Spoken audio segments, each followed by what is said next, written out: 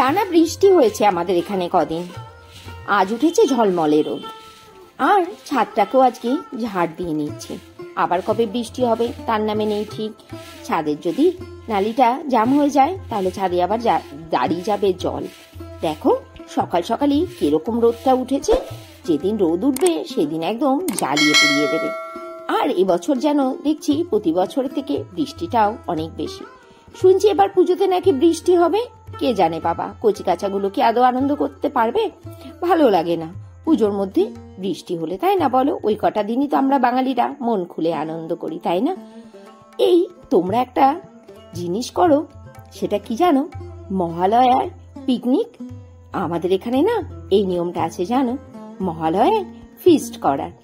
ওই যে যেদিন মহালয়া হয় তার আগের দিন রাত্রিবেলাতে আমাদের এখানে বক্স বাজিয়ে একদম ডিজে গান চালিয়ে খুব দুমদারাক্কা করে পিকনিক খাওয়া হয়।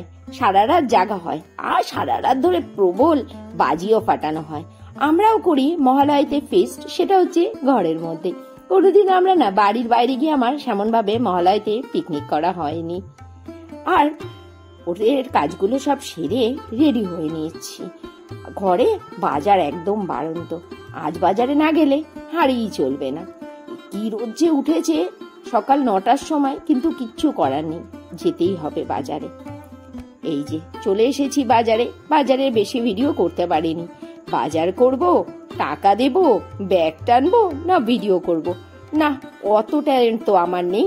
এইটুকুই ভিডিও ক্লিপ তুলে নিয়েছিলাম। এসে তাড়াতাড়ি করে সকালে খাবার তৈরি করে নিচ্ছি। আজকে একটা নতুন খাবার তৈরি করেছি, দাঁড়াও একদিন যদি পারি তোমাদের সাথে রেসিপিটা শেয়ার করব। বেশ টেস্টি হয়েছিল জানো এই টোস্টটা খেতে। চিজ দিয়েছিলাম, তারপরে একটুখানি পুর দিয়েছিলাম। দাঁড়াও ভিডিওটা একদিন শেয়ার করবো। সন্ধেবেলা বা সকালবেলা টিফিনে বাচ্চারা ভীষণ পছন্দ করবে। আমার ছেলেমেয়েরা তো খেয়ে খুব খুশি হয়েছিল। ফার্স্ট টাইমে আমি এটা নিজে নিজে করেছিলাম, নিজে আবিষ্কার করেছিলাম আর কি। আর ফার্স্ট বারই সাকসেস হয়ে গেছি। এই যে বাজার থেকে নিয়েছিলাম লইট্টা মাছ। আমি আর প্রতিষ্ঠা তো লইট্টা মাছের ঝোড়া খেতে খুব ভালোবাসি জানো তো। লইট্টা মাছের ঝোড়া রান্না করার সময় না তোমাদের দাদা ভাইয়ের কথাটা খুব মনে পড়ছিল, খুব খারাপ লাগছিল। ও তো লইট্টা মাছ খেতে খুব ভালোবাসে জানো তো। শাপলা খাও তোমরা? আমার না শাপলা খেতে খুব ভালো লাগে।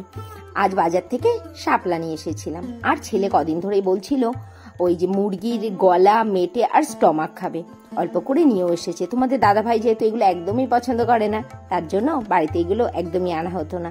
ছেলেটাও বায়না করলো, আর আমারও এইগুলো খেতে বেশ ভালো লাগে, তাই ওটা আজকে রান্না করেও ফেললাম। আর এই যে উঠোন ঝাড় দিয়ে তারপরে নিচ্ছি বাসন মেজে। সকাল থেকে দাঁড়ানোর আর একটুকু সময় নেই। এক হাতে চারদিক সামলাতে গিয়ে আমি একদম নাজেহাল হয়ে যাচ্ছি। আজ না সকালবেলাতে ওই সেই 2 পিস পাউরুটি খেয়েছি, আর প্রচন্ড জোরে খিদে পেয়েছে, এই জন্য তাড়াতাড়ি খেতে চলে আসলাম। আর দেখো প্রতিষ্ঠার অবস্থা, এসে গন্ধ শুকছে। এখন করবো লাঞ্চ। দেখে না আজকে লাঞ্চে কি কি রয়েছে। মাসি দিয়েছে শাপলা ফুলের বড়া, করেছি শাপলা বটি, এখানে রয়েছে লইট্টা মাছের ঝুড়া, আর এখানে রয়েছে গিলামেটে চচ্চড়ি। তোমরা কে কে মুরগির গিলামেটে চচ্চড়ি খাও বলো তো? আর ওই যে প্রতিষ্ঠা রোজকার মতো আজকেও আচার বার করছে। এখন আর ওকে বলতে হয় না, ও জানে এটা করতে হবে, এই জন্য নিজেই বার করে নেয়। আর এখানে ভাতটা করে নিয়েছি গরম। চল লাঞ্চটা করে নি। আবার ফেরত চলে এলাম রাত্রিবেলাতে, করে নিচ্ছি রুটি, আর আমার জন্য করে নিলাম একটু আলু ভাজা। চলে এলাম আবার রাত্রিবেলাতে, এখন বাজে রাত্রি 10:10। করে নিলাম রুটি, আর মাইক্রোওয়েভে করে নিলাম সেই চিকেনের ওই মেটে গলা স্টমাক, ওগুলোকে গরম। এটা রয়েছে, এটা মনে হয় লাগবে না, এটুকু গরম করেছি আমি। আর এগুলো আর খাবো না, রাত করে আমি খাবো রুটি আলু ভাজা। প্রতিষ্ঠাও খাবে এখান থেকে একটু আলু ভাজা। চলো আজকে ব্লগটা এখানে শেষ করছি। Tata, good night.